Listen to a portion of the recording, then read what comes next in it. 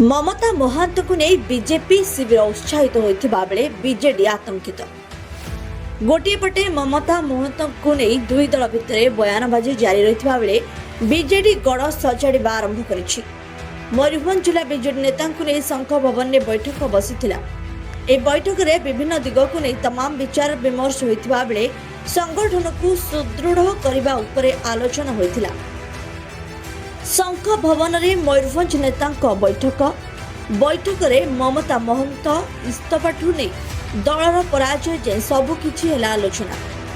कहीं ममता महंत इस्तफा देले, बीजेपी केउ परिस्थिति रे तांको प्रलोभित कला, दल हाईकमांड ए संपर्क में केमिति ठोस खबर पाइले नहीं, एहाकु नहीं बैठक में सरगरम आलोचना होइछि।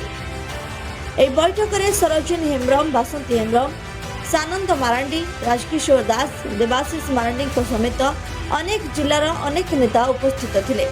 सुधा मारांडी अनुपस्थित थिबा बेले दल तरफरु देवी प्रसाद मिश्र एवं प्रणव प्रकाश दास बैठक में रहिथिले।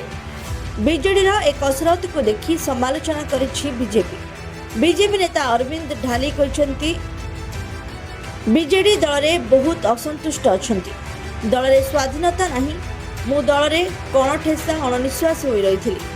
शेष 5 वर्ष विधायक थी भी देखा कर पारिलुनि। खाली मु नुहे, मंत्री, विधायक, सांसद का अवस्था समान। ये दल में बाक स्वाधीनता किछि भी नथिला। पांडियन को निर्देश बिना भेटिबा देखा करबा संभव नथिला। से थिले सर्वे सर्वा।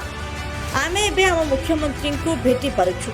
ए लोकंक सरकार भविष्य में बीजेडी दल रहिबो नहीं। तांको बसा खाली होइछिबो। आंचलिक दल बेसी दिन रही पारे नहीं। बीजेपी एक जातीय दल।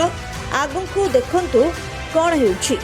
वर्तमान बीजेडी ऊपर समस्ते असंतुष्ट अछंती। तांको भितर भी जो मैंने अच्छा कारण से भीतर स्वाधीनता ना मु तो रही मैंने एकदम कणठासा होकर रही माने मननिश्वास होकर रही जो प्रकार परिस्थिति बाक स्वाधीनता ना गले देखा करें ना 5 वर्ष भितर एमएलए रही लास्ट 5 वर्ष देखा भी आमको देले ना अभियोग आम आमर माननीय मुख्यमंत्री मोहन बाजी को 5-7 थर भेटी सारे जिते बड़े कहला आम भेटी पार से समय एमएलए कौन मंत्री कौन एमपी कौन कहीं भी भेटी पार जड़े लोक निर्देश है जाकि भेटे तो सी अच्छे पांडियान थे सर्वसर्वा माने सी चाहिए भेटे ना भेटी पारे। ये तो आम सब मंत्री को भेटीचु, आम सब माननीय मुख्यमंत्री को आम सदाबे भेटुचु। आमर अभियोग जार जो एरिया अभियोग जयदेवर जहाँ अभियोग रीतिमत कहूँ काम भी हो तेणुक ये जनतार सरकार